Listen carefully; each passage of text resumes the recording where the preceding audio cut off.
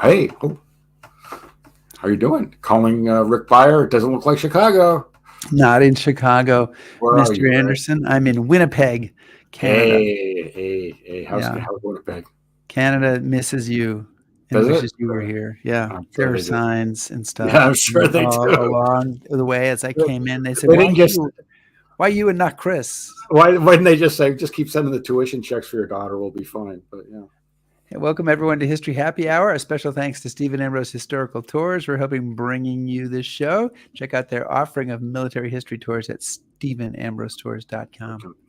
Yeah, are you watching live?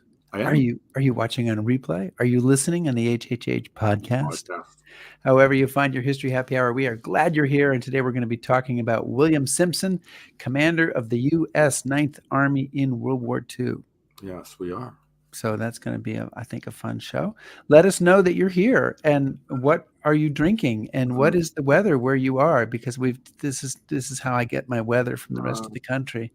Chris, who's here? What's their weather, and what are they drinking? Well, I mean, right out of the gate, I have to say hello to Ron. Ron Griswold is in London, where, lucky bastard, he was just finishing up the game where Arsenal crushed Liverpool. So that's awesome. And, he was in Tampa last weekend. I think he gets around. Arsenal fan, man. Yeah, you gotta be there. Yeah. Ken's from rainy Kansas. Doug from Pennsylvania. Craig Condon is here. Craig just became a top shelf patron, but too late for me to put him on the actual list, so I'll have to wait for that, Craig. Yeah. Jean Castorina. Greetings. And I see Lizzie Borden is here. That's nice. Yeah. International contingent. All right. And Wally Morrison from Indiana. And I should mention to everybody Omar. that we want to thank everybody who supports us on Patreon, especially our top shelf patrons. Once we add Craig Congdon to this list, we'll have room for one more name, and then we'll shrink the font size, or change the design, something. Oh, okay. You can join this group by clicking on patreon.com/historyhappyhour. And I just boxed up for Craig yesterday, and my wife's gonna have to ship it, but I boxed up a hat. What color did you get? Blue. Ooh. Yeah, blue hat. So I had to go to the storage area and pull out from the secret storage supplies a blue hat for Craig. The History Happy Hour storage locker? Is that? Yes. So we had to go past security. And, it's a deep underground. It's climate controlled. It's very, it's where I would expect nothing less. It's where we keep the top secret History Happy Hour archives. We're probably scaring our guests today with all this talk. Chris, are we? I think we should probably. Are we ready to make a go of this? Yeah.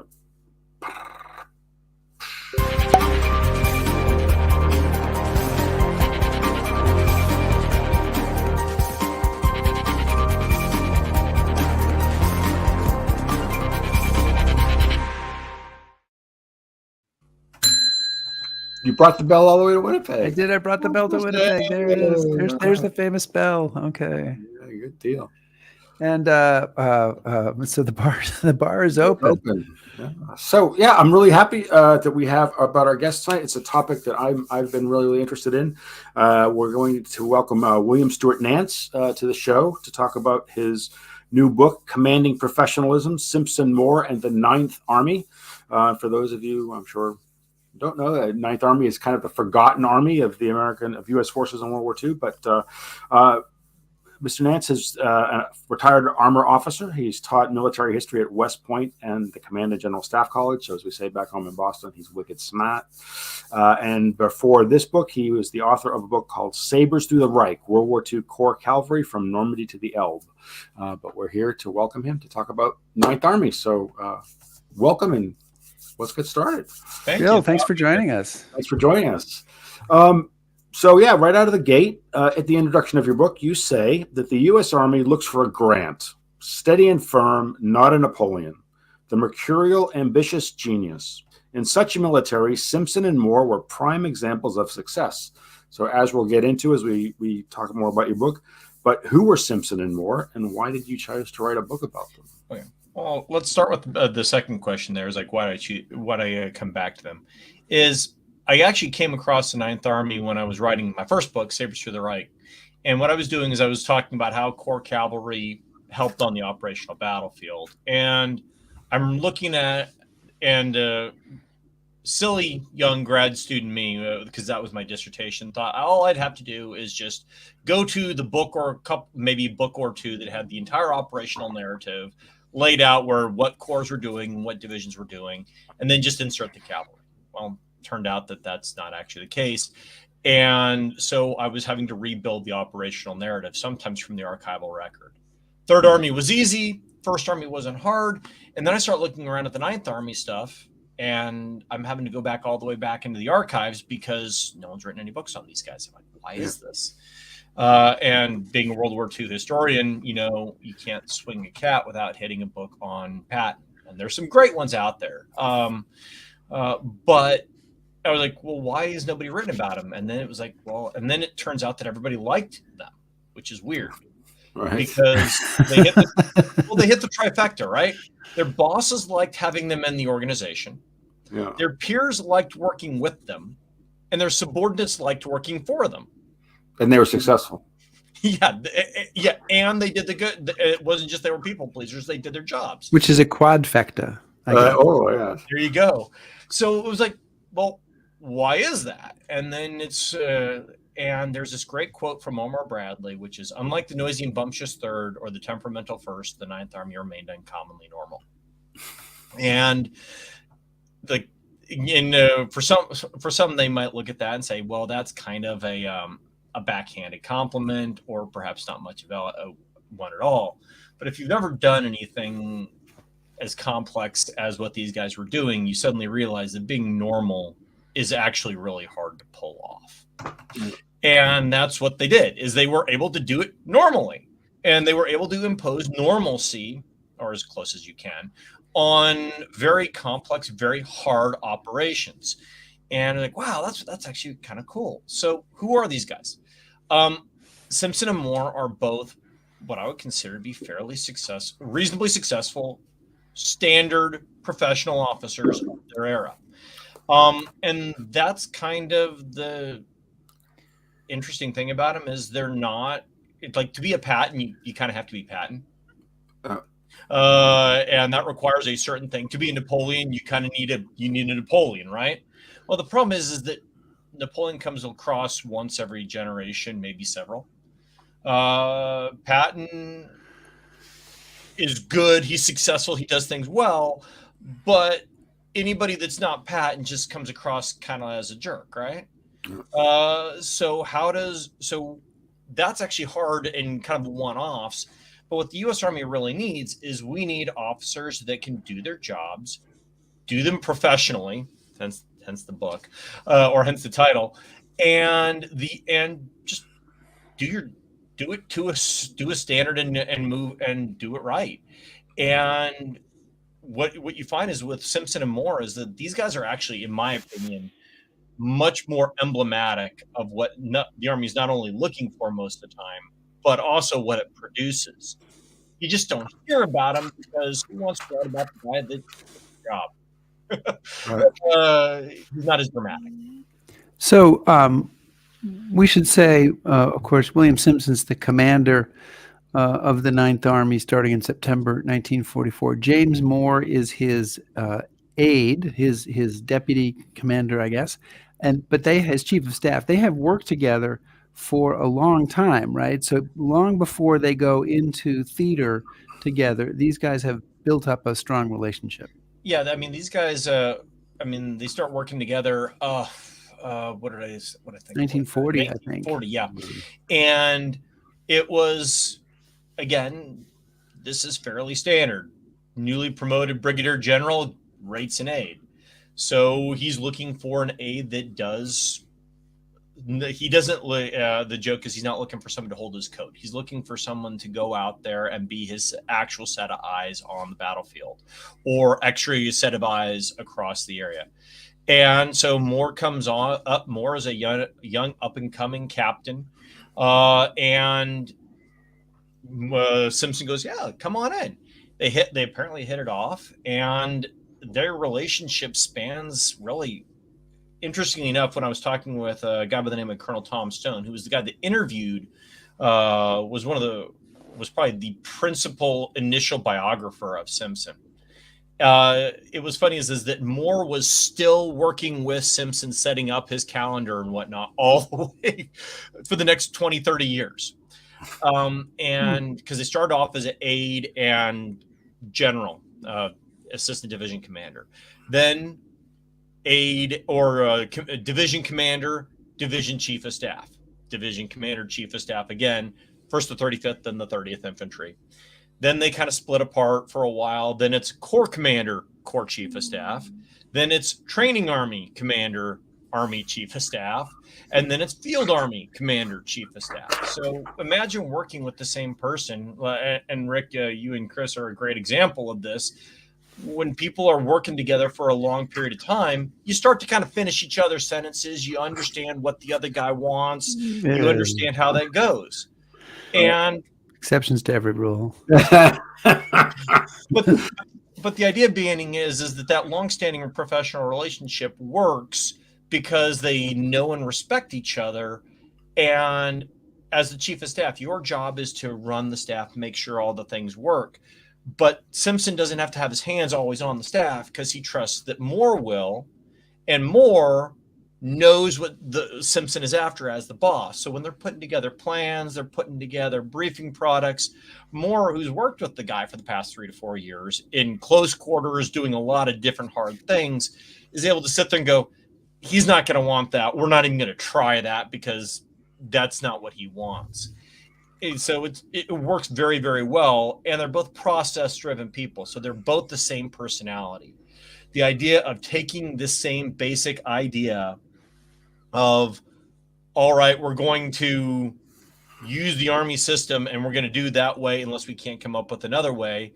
And we're just going to use the doctrine, and it works for them. And so they end up being very, very highly successful, just kind of doing what the Army taught them to do, which is I want to hit on that, because one of the things that you emphasize in the book that I found really interesting is the idea that the Army creates doctrine for a reason. We call it by the book, but that both of these men see that as a tool and see that as a successful way to go forward. Now, when most people read books, they like to read about people that throw out the rule book or break the rules or whatever. So what is it about this devotion to, call it the rule book or doctrine or procedure, that is so important, and why does that work? And why is it, why do they grab onto that? Well, you've heard the joke about there's a right way or wrong way in the Army way. Right. Well, there's a reason for that. And what it comes out to is that in the Army, we just talked about people working together for a long period of time. And when you do that for a long period of time, you can kind of make up your own, kind of roll your own. But in the Army, you're going to constantly be bringing in new people and building a team all over. And what it really comes down to is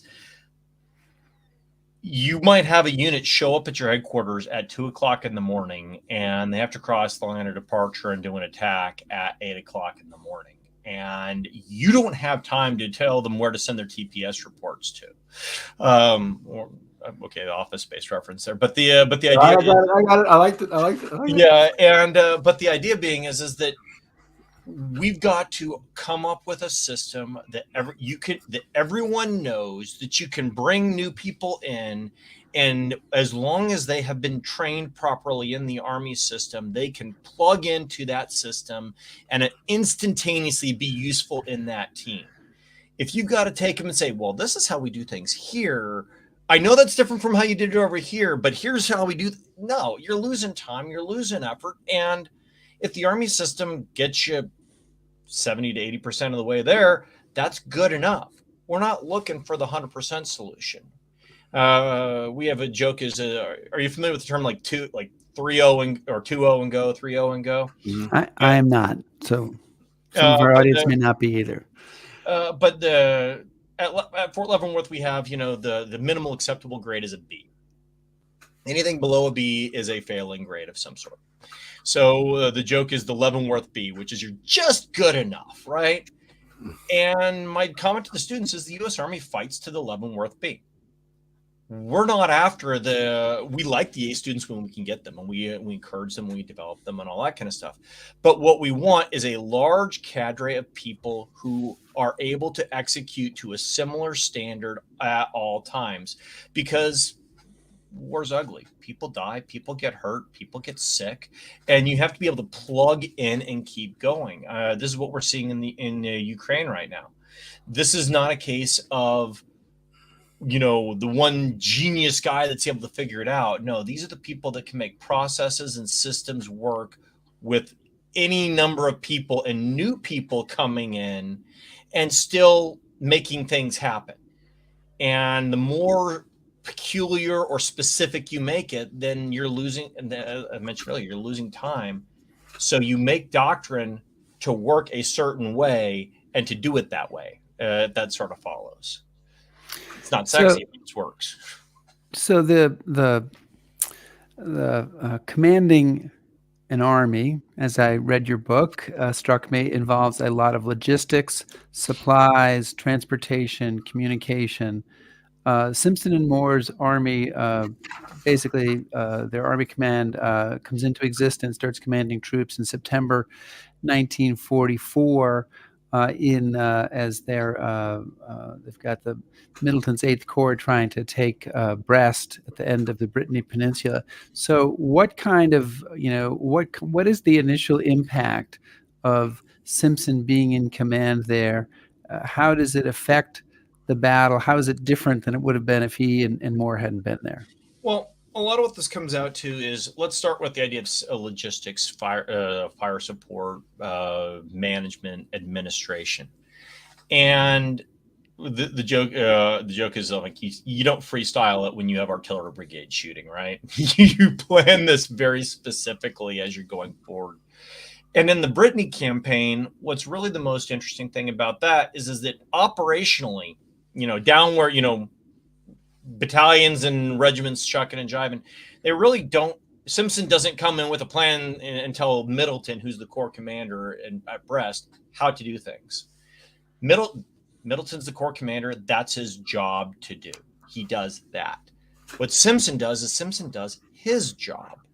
And what you see is you've got in the United States Army, you had multiple different echelons doing different things. So the division was kind of where the rubber meets the road, kind of tactical formation. It would fight with its regiments or its combat commands, depending on what kind of division it was. And but the division was what the U.S. Army was thinking of when it was thinking of fighting tactically. A division will fight tactically. A corps is going to be a very small, well, as small as you can, with the organization controlling like 30, 40,000 people.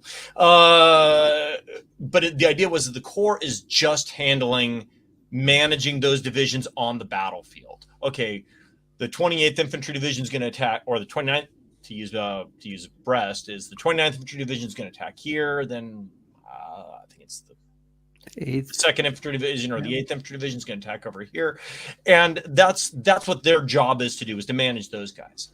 The Corps is not designed or equipped or or organized to handle logistics.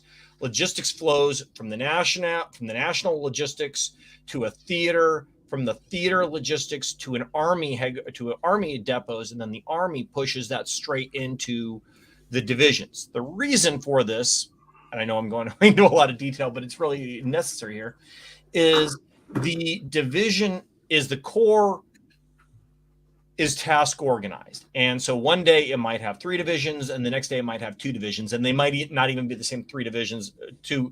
Those 2 divisions might not be the 3 divisions they had the other day. So you're constantly task organizing the Corps to handle the fight. So if you're having to retask organize your logistics every single time you retask organize your Corps, that gets challenging. But if the logistics are going from the army straight to the divisions, you can shift your corps around and shuffle your corps as you need to, or the composition of your corps, and it doesn't affect your actual logistics at all. The trucks are still going all in the same places, just who's telling the guys that are shooting where to go. That changes a little bit. So at Brest and Brittany, what has happened is that Patton originally commanded the 8th Corps. They had broken out from Normandy. That was Operation Cobra, and then 3 corps of the Third Army had gone east, 15th, 12th, and 20th. Not in that order, but never mind. And they're headed towards Metz. And by this point, they're all the way on the Moselle River, trading injuries with the Germans around Metz. Middleton in the 8th Corps had button hooked and gone west to take Brest, which we needed for the port. Turned out we didn't, but well, actually, we probably could have used Brest, but never mind, it was broken at the time. So Middleton is there by himself out in the Brittany Peninsula, but the guy that's supposed to manage his logistics and help him with all of the administration and the connective tissue between the theater and his divisions is all the way in Metz, which, for those that are familiar with French geography, is not close. Along the German border. So Patton does a good job, or tries to do a good job, but really, quite frankly, his attention is oriented on the forced crossings of Moselle. So Eisenhower sees this and goes, well, Middleton obviously needs a dad that's going to take care of him over here. So he pulls Simpson's army, which had been doing joint reception, staging, and onward movement and integration. Great army acronym that I love. JRSONI. And in England, and he brings them onto the continent and activates them on the continent to manage the fight at Brittany. So at that point, Simpson's job is not to tell Middleton where to put his divisions. Middleton's got that. What Middleton has is that he needs artillery ammunition. But artillery ammunition so anything larger than a 105, so 155, 8-inch, all the big heavy stuff comes shipped in typically the body, the fuse, and the propellant. So you've got the big explosive nose, you've got the fuse that fits on the top, so it doesn't tells them when to explode, and then the propellant comes separately, and you ship those separately for safety reasons. You don't put it all together until you're ready to fire the round. Well, the problem is that because and where that connects is at the theater or at the army supply depots. Typically, the theater will ship you lots of propellant, lots of infuses, lots of shells, and then you put them together and then you give them to the divisions. Well, Middleton's getting shipments that are like all fuses or all shells or all propellant. And he's like, I need someone to handle this for me because I'm trying to fight a fight and I'm trying to do a job he's a smart guy. Middleton's a very smart dude. But if he's doing that job, then he's not doing the other job. So that's what Simpson's job is to do, his headquarters job is to manage that. They're also not just managing the Brittany fight, which they are. They're also managing, they take direct control of the security screen we have along the Loire River. And I'll apologize to any of our European viewers right off the bat. My pronunciation of European place names is horrible. But along the Loire River, which is 2 divisions, and Middleton is fighting a core battle around Brest. He can't also take care of the care and feeding and organization and orders for those 2 other divisions. So Simpson takes that off his plate. Simpson is also running 2 additional corps, which we don't ever read about, which is the 3rd Corps doing joint reception, staging, onward movement, and integration on the Norman beaches, and the 16th Corps is doing it in England. So what is JRSONI and why do we care? So you gentlemen have done tours and all that kind of stuff, correct? Yep. So what happens? So you typically have an advanced person.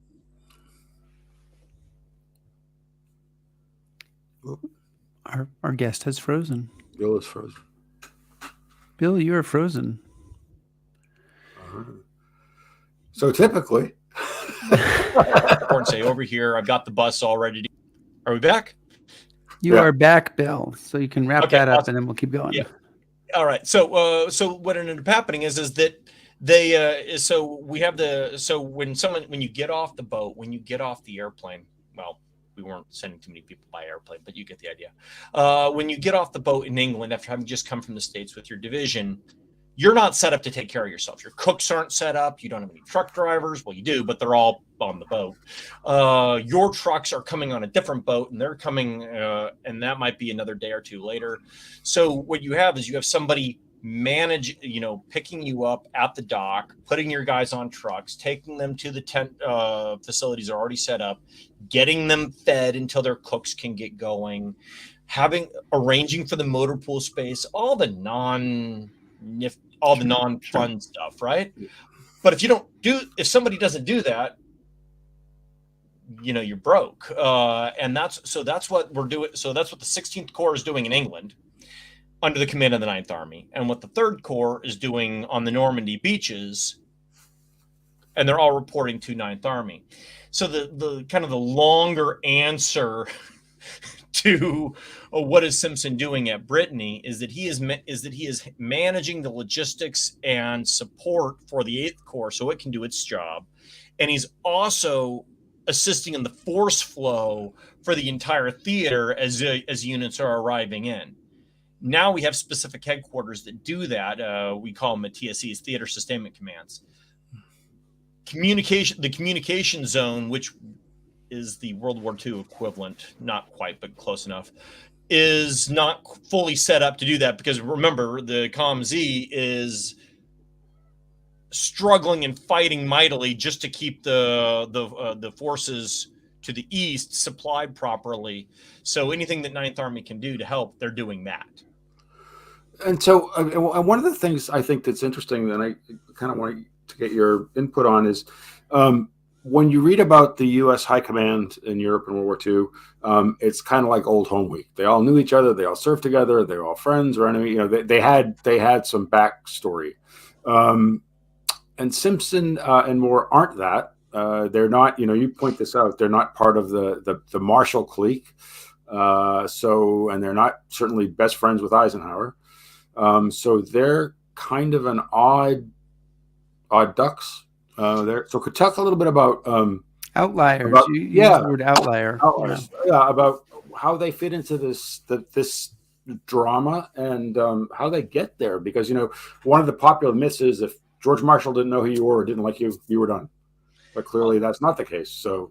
Well, Marshall's an interesting character, right? I'm actually talking about him over at the Robert Dole Center in Lawrence here this week. So Marshall's he picks people for what they can do, but what he also does is that the pool of officers we fight World War II with are the pool of officers who are of the appropriate seniority and experience to do the job. Now, the guys that are too experienced, the guys that are like 60 years old when 1940 kicks off, those guys are actually pushed to the sidelines and had to retire. Simpson's kind of in that last batch of people that he really takes in. Simpson's West Point class in 1909. Most of the big names actually come from the 19-teens of West Point classes for the most part. Bradley, Eisenhower. Interestingly enough, the class of 1909 produces Devers, 6th Army Group Commander, J.C.H. Lee, the COMZ Commander, Hodges. Well, Hodges is in West Point class of 1999, but he's officer. Doesn't quite make it. He failed math, which was not an uncommon affliction in those days. Patton's West Point class in 1909, and so Simpson. So Marshall is picking people that he thinks will do the job, and he's sending them over. Now, what's interesting is that there's a lot of personality going into this because Eisenhower, running the ETO, is not interested in leader development. He's not interested in, let you grow and let you see what he's basically, can I trust you to do the job as I see fit? You figure that any guy that has to deal with Patton on a routine basis probably doesn't want to induce any more drama than he really has to, if he's already dealing with Patton and Montgomery, right? So with that said, there's actually talk about replacing Simpson with a Corps commander before Simpson gets on the battlefield, because they're like, well, he's not a known quantity. We'd rather take somebody who's a known quantity and bring them up because we know them. Right. Because again, Patton and Bradley had worked together in the 2nd Corps in Tunisia. They'd fought together in the 7th Army in Sicily. They kind of, and Eisenhower known these guys. So you see a lot of these guys kind of as it's very cliquish kind of organization for a while. So what you saw is Simpson and Moore kind of show up, and it's not like they're unknown to these guys, right? Like, as I said, West Point at West Point, Simpson and Moore, or Simpson and Patton, excuse me, are in the same West Point class. Right. They've been around the Army together for a while. Simpson knew Eisenhower a little bit. They were in the same War College class, but they're about 5 or 6 years separate in year group, which in the Army is a vast gulf. So it just, they knew different people. They hung out in different places. Just, yeah. I know that guy. And I know him professionally, but what it comes out to is what really kind of saves Simpson and all that kind of stuff. One, Eisenhower gets too busy to really think about it. Right. And two is, it's shocking what happens when you have a reputation for competence and professionalism, and then you demonstrate said reputation for professionalism and competence. So everyone's like, well, he's not a known quantity in this war. Last time we really saw him in action was World War I. And then you get into the theater and everyone goes, oh, yeah, he's doing a great job. He's doing great. Let's leave him alone. So that's kind of how they fit in, is that they choose not to. And also, if you don't play the politics game, it's shocking how people that's kind of refreshing to some people. Right. So, eventually the Ninth Army, Middleton takes Brest. The Ninth Army moves to the east. And eventually, with some reorganization, they find themselves at the northern end of the U.S. Army line that's facing to the east. Can I bring up is there a map? Will the Siegfried campaign map kind of show us that? Yeah, that's a good one right there. So here, and you may not be able to see all of this in here, but basically the Allied armies are traveling from left to right here, which is west to east. The north is the top, and so the top of the American armies is the Ninth Army, and it is adjacent to the British Army under 21st Army Group under Montgomery. And it's eventually, Simpson is working for Omar Bradley, but then he's going to be working for Montgomery, and he's going to go back to working for Omar Bradley over a few months period. So he, and there's a huge negativity between the U.S. Army and the British. Bradley and Montgomery are at loggerheads. Patton and Montgomery are at loggerheads. And here's Simpson, who's working for everybody and who's right there on the edge. So he's kind of got to deal with the British all the time, whether he's under them or not at any particular time. And it seems like it's smooth as silk. So what's his secret there? What's the secret sauce that he's bringing to that's helping him to maintain a good relationship with the British? And I know Chris is interested in this, and so Chris, I thought I'd start us off on that, and you can dive in with a follow there. Okay. Well, the secret answer is the enemy is over there. Right, but that seems a simple answer. Why? Yeah, you'd think that Bradley would know that, and Patton would know that also. But what it really comes out to is, does it matter who wins so long as we win? And that really is kind of what I see as the difference between, say, Simpson and Hodges. Everybody else is that he's interested in now. Don't take this too far, because he's going to at the Rhine crossing when Montgomery's basically going to have American Corps fight for Dempsey rather than have the Ninth Army lead the assault. He's going to get a little ticked at that. But the baseline idea is one team, one fight, right?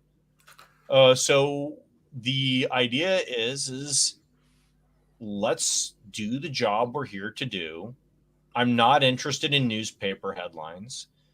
I want to make sure my guys get their credit, which is actually really what Simpson was most upset about when it came to the Rhine crossing issue. But the idea being, let's just do the job. I mean, we're here to do a specific thing. We fit into as a part of the system. Let's just do it. And that's just, I mean, it's something that Simpson's always done. It's not his first rodeo dealing in a multinational operation. He commanded Philippine scouts and Philippine soldiers in the Philippines back like 1910, 1911. He had he'd basically been an army officer having to work with a bunch of civilians. He'd been an army representative at multiple World's Fairs. He went to like 2 or 3 of them. It was weird, just how he kept getting pulled into this. And the idea being is he just was one of those guys that knew how to work together. You know, there's some personality types that just work with other folks, and there are other folks that are good at their jobs, but they don't really play nice with others. Bill, I mean, let's be honest. I mean, Simpson kind of stands out as the only guy that gets this, right? And so is this something that he's bringing to the table? Is this something that he's trained to become? Does he just, because I don't see any other Army commander that doesn't they don't start pissing on each other at some point. They don't start pulling each other's hair out. In the 12th Army Group. Well, that's what we're talking about. So, yeah, but the reason I specify that is because Patch is another guy that's like this as well. And you can argue there are a couple Corps commanders you could probably pull on as well. And a lot of what comes out to, this is something that I've played with quite a bit, is that when you get to the level of a Hodges or a Bradley or a Montgomery, you didn't get there by being bad at your job. Right. So you didn't. So if we take that as a given that they're pretty good at their jobs. I mean, we can quibble around the edges, but they're reasonably good at their jobs. And as such, they truly believe that their way is the better way to do things. Now people are dying. We're in a global war. So if you are sitting here, leaving aside all the other parts for a moment, if you truly believe that you have the right answer and people aren't doing that answer because they're doing it their way, and you believe that that's the right answer, of course you're going to be upset. There's a fine line between ego and competence. No. And many general officers of that era straddle that. Some fall into the ego category a little bit more than others. And what it really comes out to is that Simpson is an example of the guy that is able to keep it on the confidence side and not on the ego side. And really what I look at is that, I mean, he's had some humbling moments. At West Point, he is like 101 out of 103. Guy's not a book learner. Right. And it's kind of humbling when you sit there and you realize that you almost failed something. And there's a great line from Devers that said that Simpson was not necessarily the best academic student, but he could avail himself of help when it was offered. Mm-hmm. And the point being is that he learned how to take help. It's just amazing to me because I remember having a conversation with Joe Belkowski about Simpson in Ninth Army. And as most of the people that watch the show know, Joe's kind of the preeminent historian, certainly of the 29th Division, if not of America in the ETO. Superb books. Absolutely. And he said, Chris, I've been through all of the Ninth Army papers, and I've been through all of the stuff I can find on Simpson, and I've yet to find any single thing in that paper where he criticizes Montgomery. Well, yeah. And you compare that to any of the other Army commanders, even if in their own like diaries, letters, there just isn't that vitriol there. Have you seen the book John Nelson Ricard just put out about a couple years ago called Forward with Patton? I've seen it. I don't read a lot of Patton books. I highly recommend. Okay. So there was a book called Lucky Ford that came out in the 50s. Yeah, right, I have that. And by Colonel Robert Allen. And what was interesting about that is that it was the War Diary of the Third Army, but it was highly edited. And John Nelson Ricard, a couple of years ago, found the unedited copy of the diary that this G2 had written, and it makes for highly entertaining reading, slightly profane. But on that note is Simpson's. I mean, he's brought up to just that's kind of how he's wired. I can't I can't find an incident that shocks him into that or anything along those lines. I just think it's part of his innate personality. And maybe it's that early exposure to the fact that he's not the smartest guy in the room when he's dealing with the civilians at the World's Fair, when he suddenly is placed in a situation well kind of outside his experience level. In World War I, when he's a Division G3 and he has to operations officer, and he has to work with a French corps, and they're in charge. So American officers, when we think of multinational operations, there's always this assumed that we're the ones in charge, and the international forces, whatever they might be, are the ones working for us.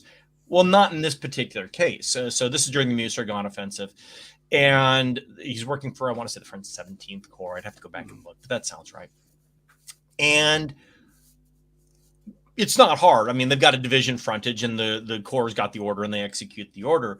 But the idea being is that, you know, follow the Army system. Again, that makes sense. The Army process. We have, you know, everyone's got a boss, and it works from the commander puts out the guidance. You follow the guidance, right? Is he just a kind of a low intensity, slow burning guy? I mean, one of the things that when I read your book and the other stuff that I've read about Simpson is you don't. There's no strong personality that comes out. You don't, you know, if you read about Patton, you read about Bradley, even Courtney Hodges, you know, Charles Gerhardt, the commander of the 29th, other people, you get a sense of a personality. Maybe it's a driving personality, or a sarcastic personality, you know, a flamboyant personality.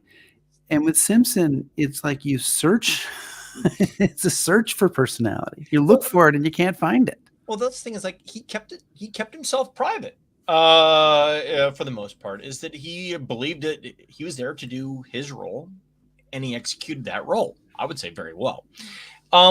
He should have had a school for commanding other commanders. He had a sense, he had a good sense of humor. So he went bald at a very early age.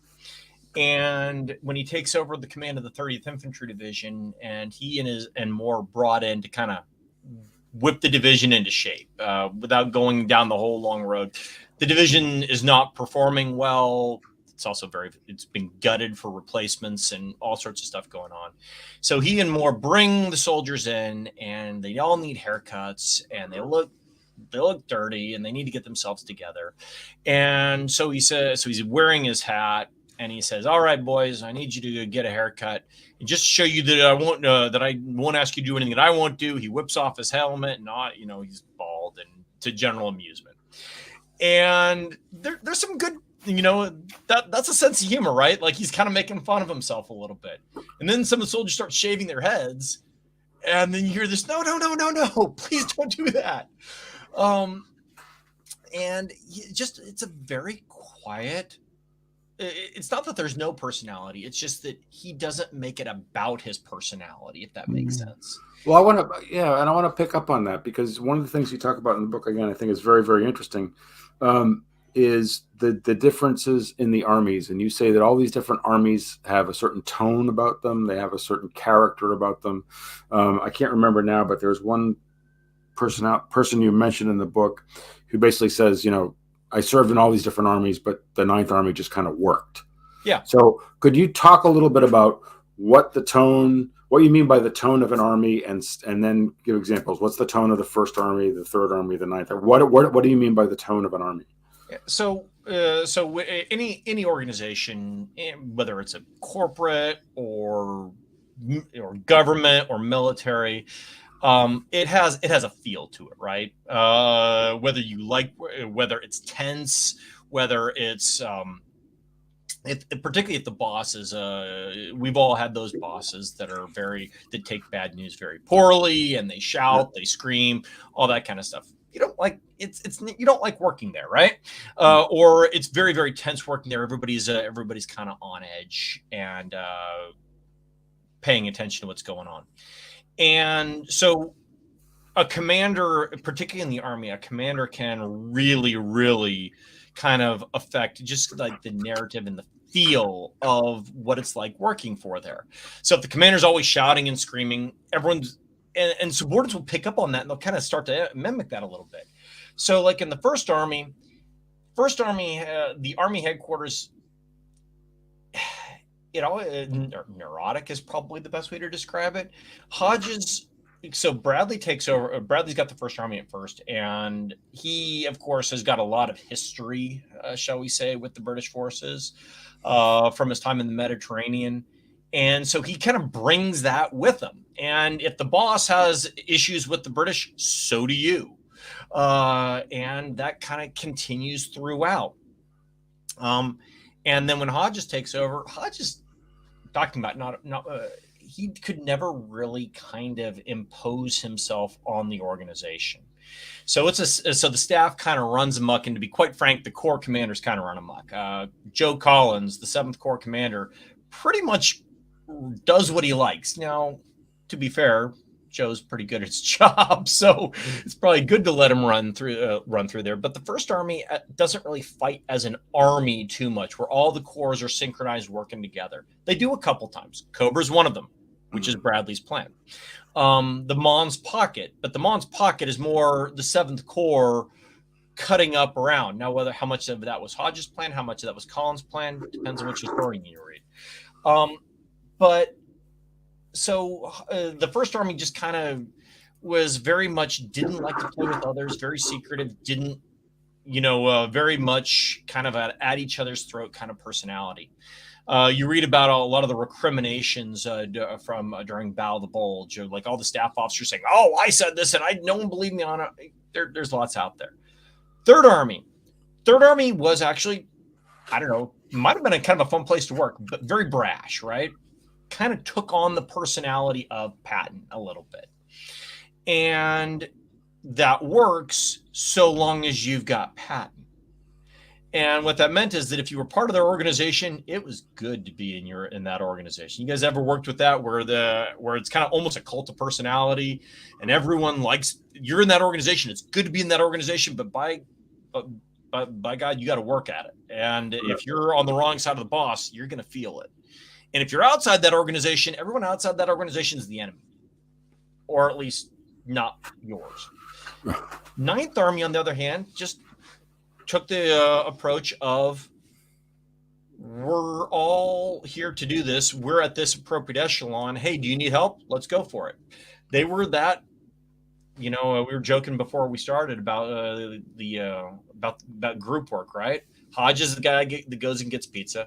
Patton is kind of the guy that likes to talk and bring it up. And Simpson's the guy that just sits down and he's able to work with adjacent groups, and he doesn't put his ego in there. And I don't really have a good reason for why, other than the fact of he has that personality where he doesn't need to be the smartest man in the room, the loudest man in the room, or the biggest man in the room. He just wants the job done. Well, and we should, I think we should touch on this because it is, again, kind of the forgotten army, just really briefly, because we're getting close to time. But what are some of the accomplishments of 9th Army? Because I hate to say this, a lot of people don't even know what they did. Yeah, so the 9th Army. So interesting that first off, they were actually over in the Ardennes, which we don't see. They got put up on the left flank because Bradley would rather lose them to Montgomery than the First Army. Possibly also a good thing because the First Army didn't play well with the British Army. That. So, but the First Army, they launch I call it the November Offensive. It's a cascading series of offensives that goes through November, all the way from 9th Army, First Army. The Hurtgen Force is part of that. The fighting around the Moselle, the capture of Metz is during that time frame. And 9th Army's part of that is the assault up to the Roer River. The Battle of Geilenkirchen is during that time frame. And this is for those that have been up, and this is up north of Aachen, to the east of Maastricht, and it's very beautiful countryside, but it's flat, it's marshy, it's muddy.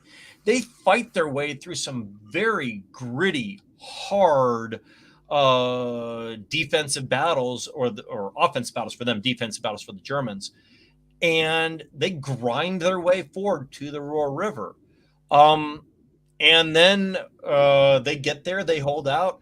When the Battle of the Bulge happens, which immediately follows the November offensive, Simpson sends the 7th Armored Division, really, depending on which version of events you choose to believe.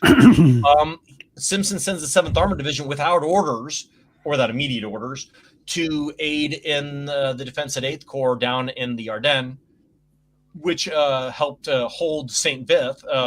My argument is that St. Vith is probably of St. Vith and Bastogne, St. Vith was a significantly more important defensive stand than Bastogne was, in my opinion. But he sends the 7th Armored Division down without orders. So, and moves them quickly. And if you think you can move an armored division within 12 hours without a really good staff working for you, yeah, you need that's a achievement. They launch Operation Grenade, which is the assault crossing of the Ruhr River to the Rhine.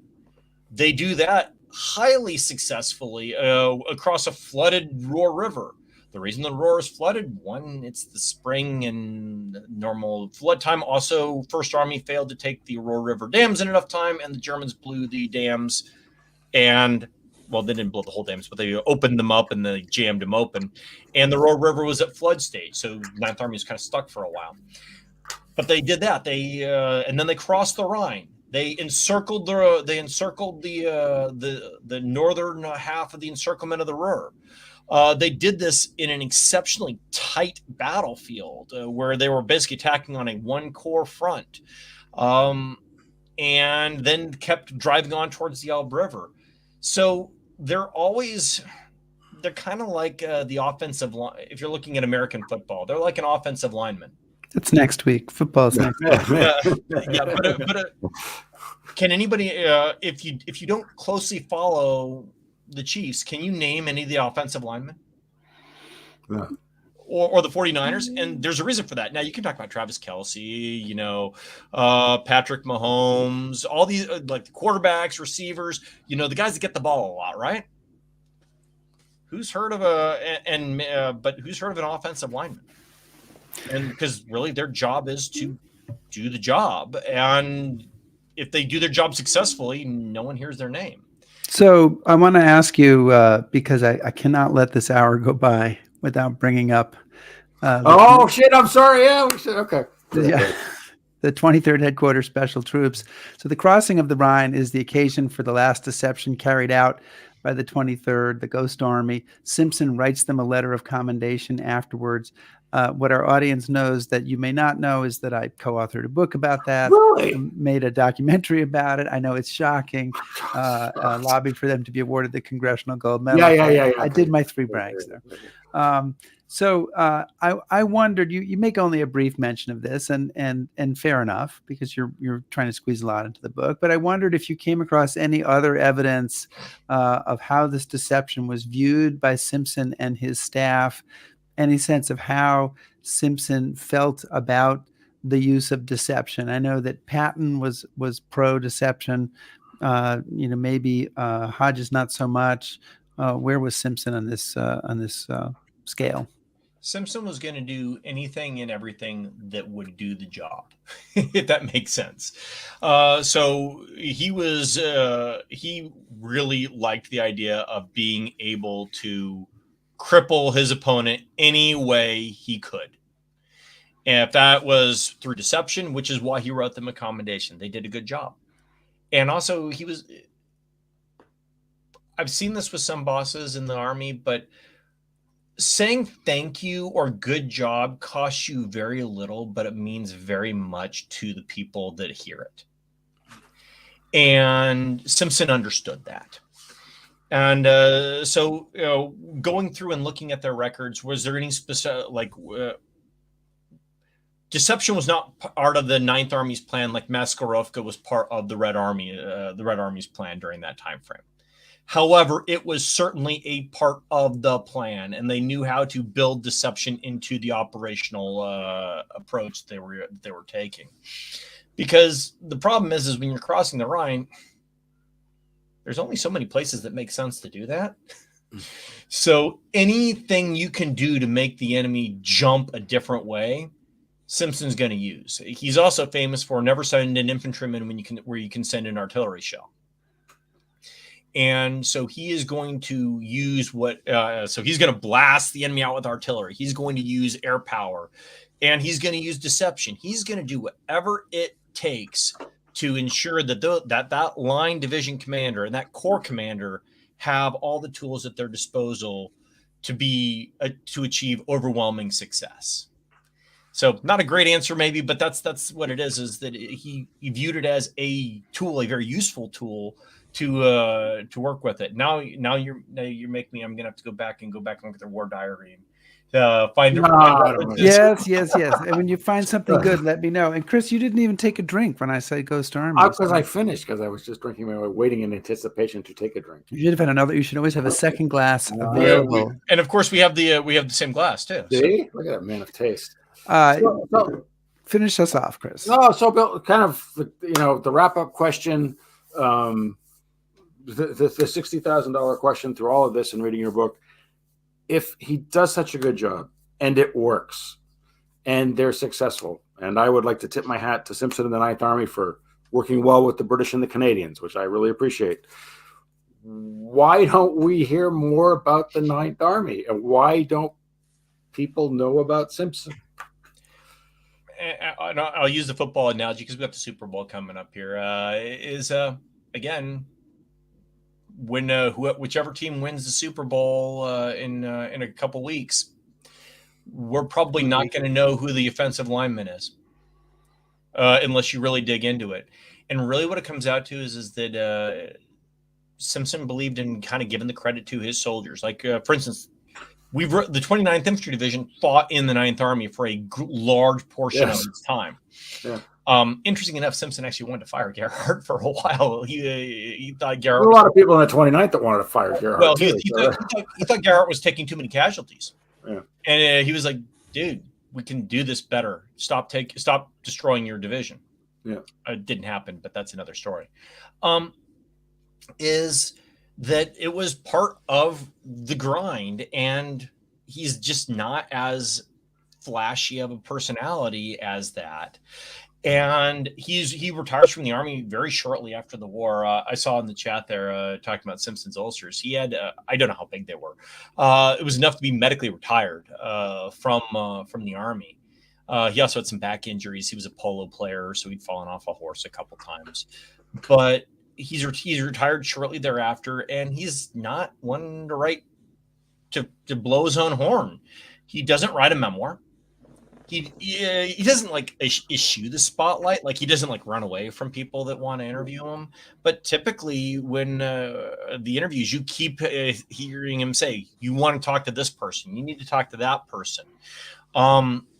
He just truly believes that he did his job, and he didn't feel the need to be adored or loved.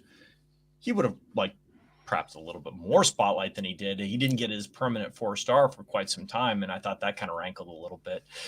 But again, he didn't make us think about it. He just didn't. They mailed him a star. It was kind of funny. Look what arrived from the mail today, honey. But my uniform's complete. But again, that's the neat thing about this guy and this is why I point him out to students, is that we need a lot more of that personality type. Right. And to be quite frank, that honestly, having done this professionally for 20-something years, that's actually what the bulk of our officer corps is.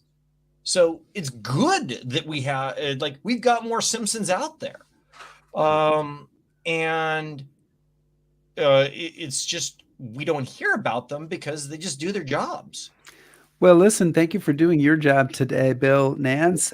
We appreciate you joining us to talk about your book, Commanding Professionalism, Simpson, Moore, and the Ninth Army. It is not a long book, but definitely worth taking a look at, and packed with stuff. And so, Bill, thank you so much for joining us today. We really appreciate it. Thank you for having me.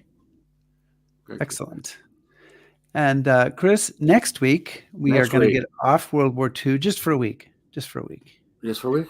And we're going to talk about a book entitled I Never Did Like Politics. And it's it's about Fiorello LaGuardia. I assume that's LaGuardia was another quiet, modest, just kind of yeah, it's maybe a couple of weeks of that in a row. How he became America's mayor and why he still matters. It's written by author, historian, journalist Terry Galway, who is himself quite a fascinating character has done many, many different things. So we're looking forward to having Terry on the show, and we're looking forward to talking about Fiorello LaGuardia. So join us for that. And then, if you can fit it into your Super Bowl plans, you know. And I know, Chris, it might be, well, I have a party to go to. It might be tough for you to tear myself fit this into your agenda. So I hope. Well, if we have another weekend like this weekend and Arsenal keeps crushing it, I might be busy, but otherwise. Okay, go Arsenal, crush away, and with Ron Griswold there in attendance. So, listen, everybody, please subscribe to us on YouTube. Please take a moment, subscribe to us on YouTube. Follow us on Facebook, shout at us on Twitter, listen to our podcast, back us on Patreon, and browse historyhappyhour.com. Thanks, everybody. Be safe.